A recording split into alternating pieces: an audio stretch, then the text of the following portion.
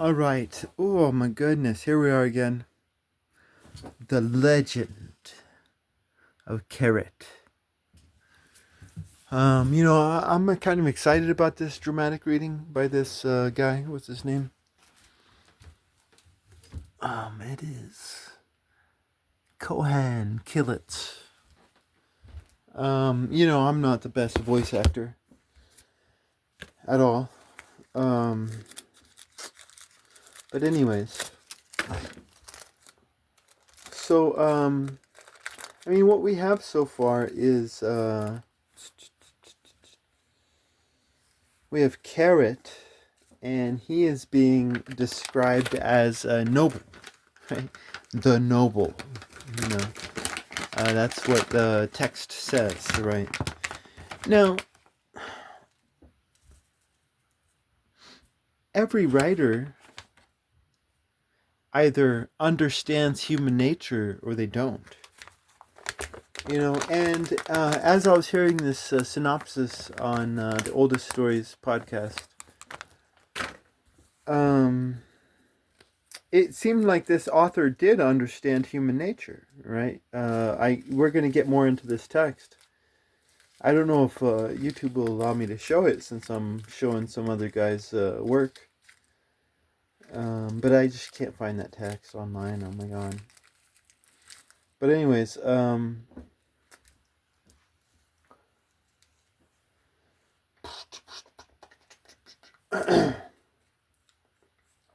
you know, so I'm very interested in continuing with this text. There's a lot of times where I'll hear text and it'll be Babylonian. I did this one text. I think I made a video on it, but I just erased it recently.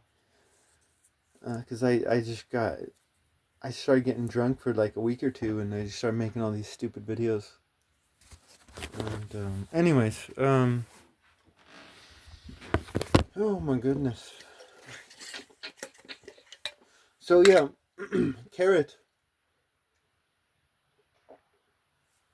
is he's noble, right?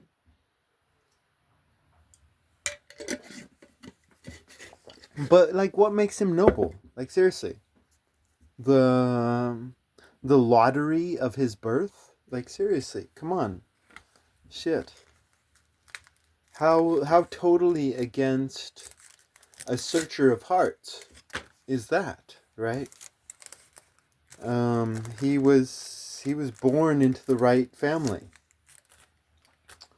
And then rather than meriting nobleness,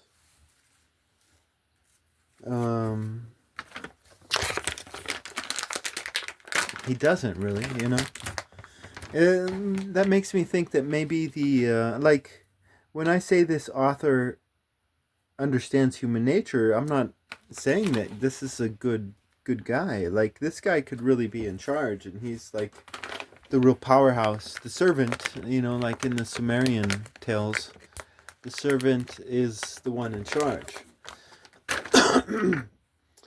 Holy shit, I already have a fucking cigarette. Well, I guess I have two now. Anyways,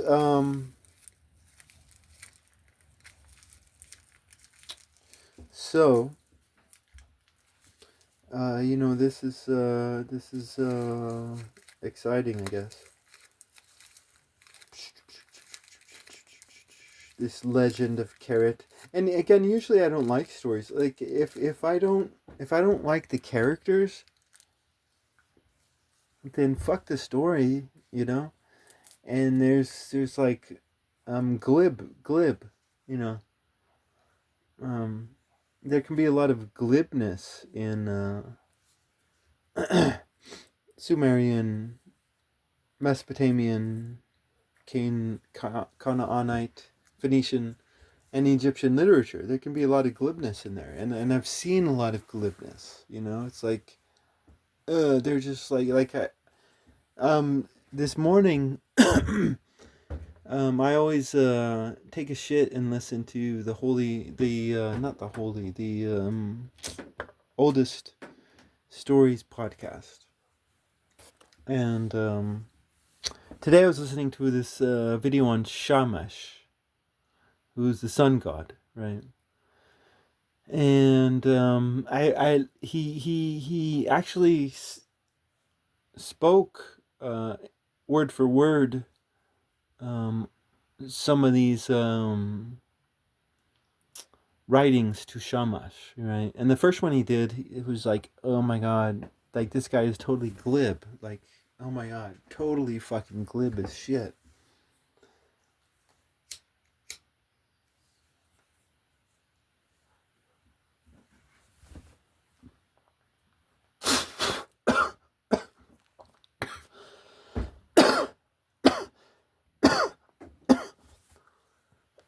But the second poem to Shamash was powerful. It was like this guy, the writer of this second poem to Shamash, like he understood, and I don't know if he understood all the way, but this guy was there was much more meaning in it, and there was a lot of poetry too, like the sun coming over the mountains or whatever. You know, there's a lot of definite amazing poetry and stuff. But it also had meaning, right? Um, and you know, a lot of this Kanaanite stuff, like the characters in here, like Keret is a fucking asshole, right? Um,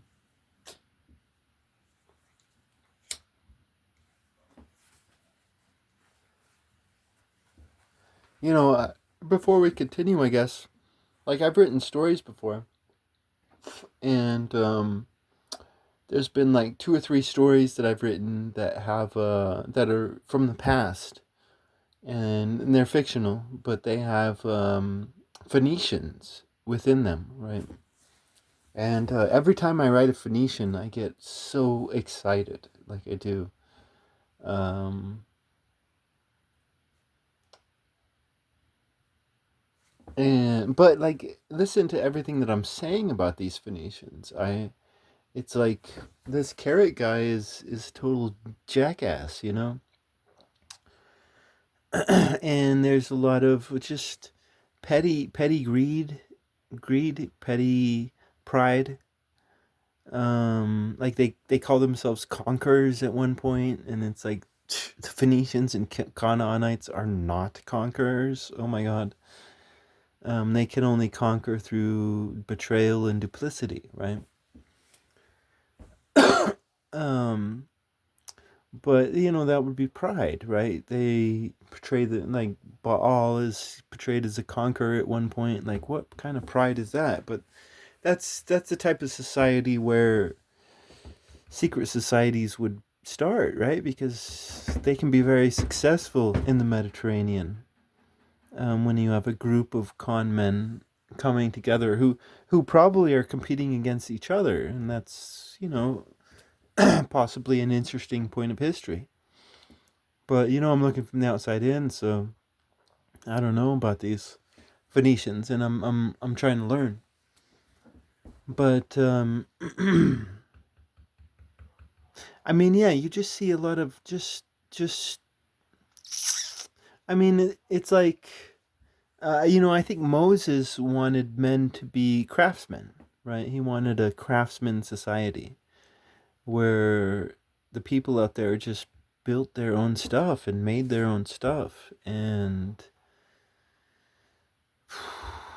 this is totally opposite of this Phoenician factory setting where all of these people, as you'll see in the story, I think, are just worker drones of the elites, right? And that's the Canaanite society, and that's what Moses was against. He was against the taskmaster, and he was against the Jews being taskies of another. Okay. Now we're gonna pause here. I'm a philosopher, so I believe, and I just have to address this idea of taskmaster and tasky. So I totally believe that Moses believed that we should be craftsmen, right? But like, if you get into the details of what we're saying, like let's say you're an artist, right? Let's say you're an artist, and so you do art and shit, right? But what if you want to build a house, a home? You're an artist. You're not a fucking architect. So, it's not wrong to be a tasky of another man. Like, if you want a home built, you can go to another man and say, hey, I can give you art. Can you build a home for me? But who's going to build that home? Well, you're probably going to want to build some of that home yourself. So, but he's going to tell you what to do. And so it's not wrong to be the tasky of another man sometimes, But Moses believed that we should all find our talents and find our beauty and try to live those talents and beauty. And he believed in the art and the science of a thing, right? The craft. And you can see that definitely in Moses. I mean, Moses was a Renaissance man. He was an architect and a fucking mathematician and a historian. And, oh my God, like you can see that in his text, which he purposely makes boring. But again, I think his style is Hermes Trismegistus style. Anyways.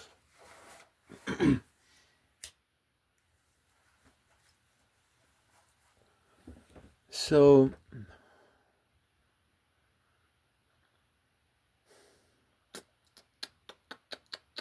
yeah, no, I mean when you bring Moses into this Legend of Keret discussion, and when you just see the pride of Keret, like this, like who is this guy? What's noble about him? I mean, the idiot heroes of Sumeria were much more admirable than this Keret. Like, what's admirable about him? What's noble about him? And I definitely do not believe that the author of this believed that this guy was noble, because this guy seems to know human nature. And not every man who knows human nature has a good heart. So that's another interesting thing about trying to learn this Canaanite stuff, this Udaric, northern Phoenicia stuff.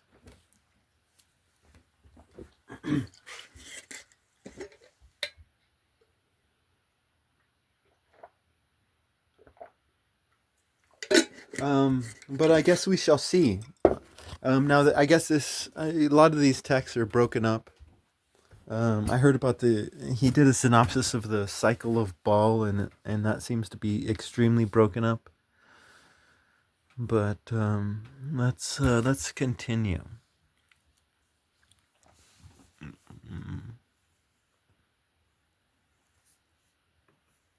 Uh-huh.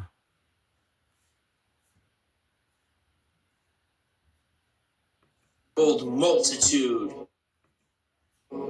Thy troops, a mighty force, 300 myriad. Lacuna sends in his vision the father of man, and he approaches, asking Keret, what ails thee, Keret, that he weeps, that he cries, Naaman, the lad of El? Is it the kinship of Bull, his father, that he desires, or authority, like the father of man? Lacuna. Gold and perpetual slaves, a groom, horses, chariots from the stable of the son of a handmaid, that I may beget children. Grant that I may multiply kinsmen. And the bull, his father El, replied, Enough with thee of weeping, Keret, of crying, Naam, and lad of hell, thou shalt wash and rouge thyself. Wash thy hand to the elbow, thy fingers up to the shoulder. Enter the shade of a pavilion. Take a lamb in thy hand, a lamb of sacrifice in thy right hand, a kid in the other hand. Take a masararu, a bird of sacrifice. Pour wine into a bowl of silver, honey into a bowl of gold. Mount to the top of a tower, and mount to the top of a tower, bestride the top of a wall. Lift thy hands to heaven, sacrifice to the bull, thy father El. Honor Baal with thy sacrifice, the son of Dagon with thine oblation. Then let Keret descend from the housetops. Prepare thou corn from the granaries, wheat from the storehouses. Let bread be baked of a fifth, food of a 6th month. Muster Nagabu, and let it come forth, and the host of the troops in Nagabu, and let them come forth, the assembled multitude. Thy troops a mighty force, 300 myriads, serfs uncounted, peasants untold. They march in thousands serried, and in myriads massed. After two march. After three, all of them. The solitary man closes his house. The widow hires herself out. The sick man is carried in his bed. The one-eyed man blinks with the son of Dagon with thine oblation. All right. Then let Keret descend from la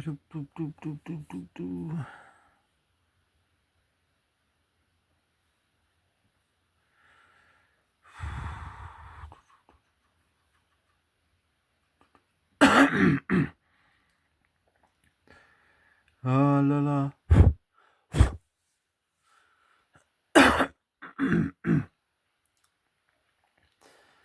La la. Okay, so we have El here, right? That's El. That's in Samuel or Gabriel or Emmanuel or whatever.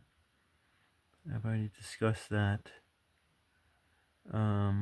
He is the father of man, and he approaches asking Keret, what ails the Keret that he weeps, that he cries, now I am in the light of hell? Is it the kinship of Bul, his father, that he desires? Or authority, like the father of man?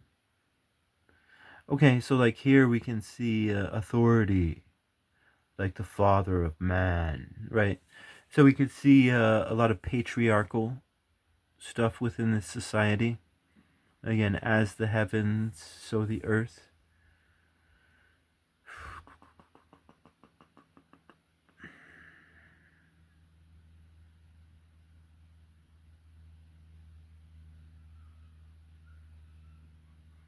And here we can see that Keret gets his authority from his birth, right? I mean, when you look at Genghis Khan fought a Mongolian civil war, and he fought it for merit over birth, right? And here's what El, I think, is offering to Keret. He's like, hey, you can have gold, you can have a bunch of slaves. Like, do you see the 3D materialistic mentality, right, from this? Instead of offering Keret love, like El should be offering him love and bravery and wisdom and all that shit, right? Virtue, right? What is your god? And this god El is, a very materialistic god. Chariots, right? A handmaid that I may beget children. Like, think about that line. A handmaid that I may beget children, right? He's Keret, he's the king, right? And Keret just had all of his legal children die, right? So he's sad that his legal children died and he doesn't have a legal inheritor. But he's had many handmaids before and he's had many children. So he still has a shit ton of children, but he obviously doesn't give a fuck about them. Like he's thinking about the handmaids in the future, right? Like this is a very materialistic man. Grants that I may multiply kinsmen, right? Like in the Torah, it says it's good to have a small, good family rather than a large, evil, obnoxious family. And this guy just cares about multiplying, right? And so I think the Torah is a direct criticism of this legend of Keret, this criticism of these evil merchant aristocrats.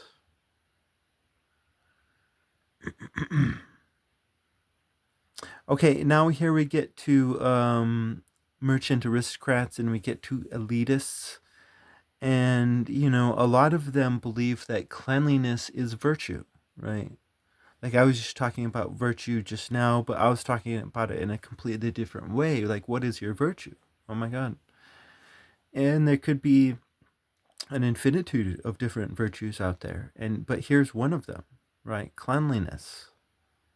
It's all about, appearance and smelling good for some of these people out there, right?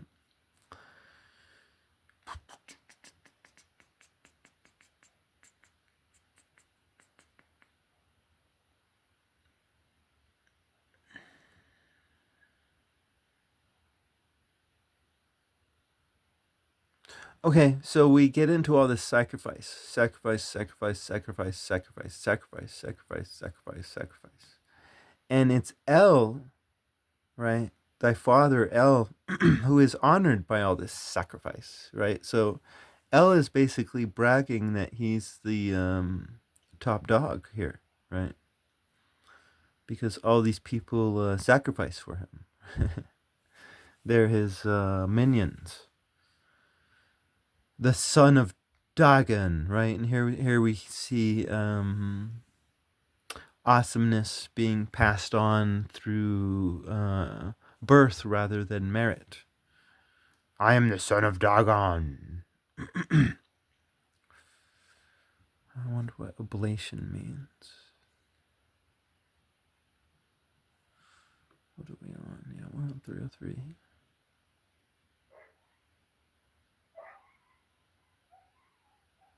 Right, and so here's the people who are working for him. The housetops, they're preparing the corn.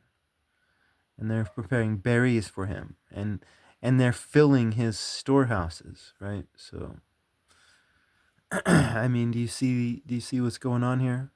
I do. I don't want to do that. Housetops, prepare thou corn from the granaries, wheat from the storehouses. Let bread be baked of a fifth, food of a 6th month. Muster Nagabu, and let it come forth, and the host of the troops in Nagabu, and let them come forth, the assembled multitude. Thy troops, a mighty force, 300 myriads, serfs uncounted, peasants untold, they march in thousands serried, and in myriads massed, after two march. Okay, yeah, I know we already saw this before. But I mean, this is just pride, right? Myriads, really? Like again, the Canaan and Phoenicia just do not have the agricultural power to be as multiplicitous as myriads, right? That's why you never had a Phoenician empire, right? Because they didn't have that, right? But they're talking about conquering the they are conquerors, right? But they're not conquerors, right? This is, pride. But they can be conquerors through secret societies. After 3, all of them, the solitary man closes his house. The widow hires herself out. The sick man is carried in his bed. The one-eyed man blinks with one eye. And even the newlywed bridegroom goes forth. He drives to another, his wife to a stranger, his well-beloved. They are like the locusts that dwell on the steppes, like grasshoppers on the borders of the desert. March, a day, and a second, a third, a fourth day, a fifth, a sixth day. Behold, at sunrise.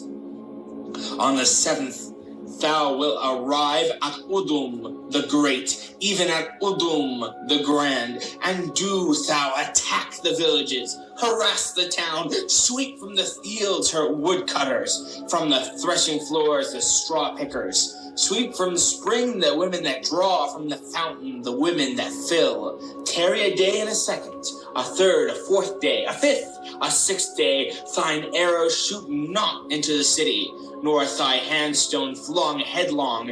And behold, at sunrise on the seventh, King Pabel will sleep until the noise of the neighing of his stallion, until the sound of the braying of his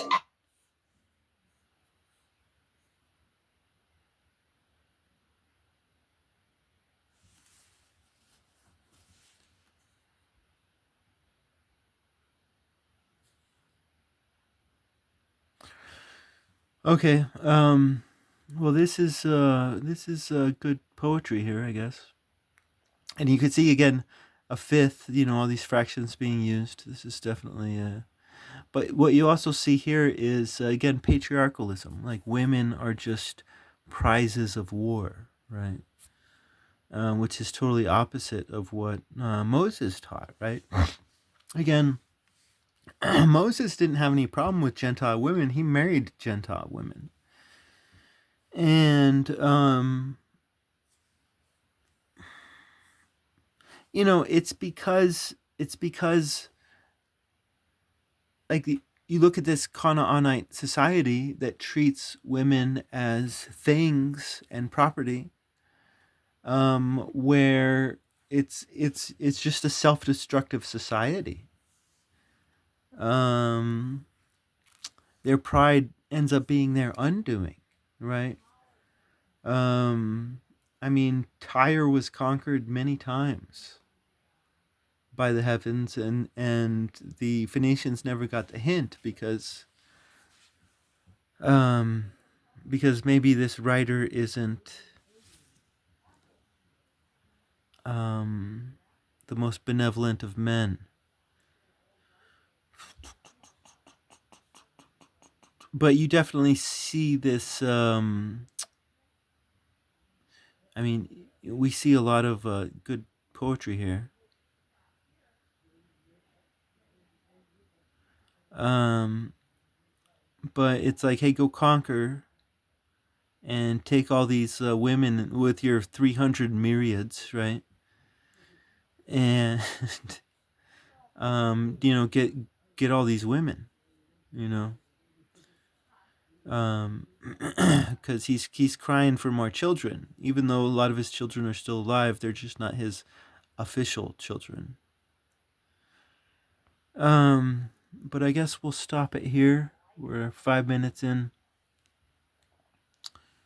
Yeah, no, it's been fun.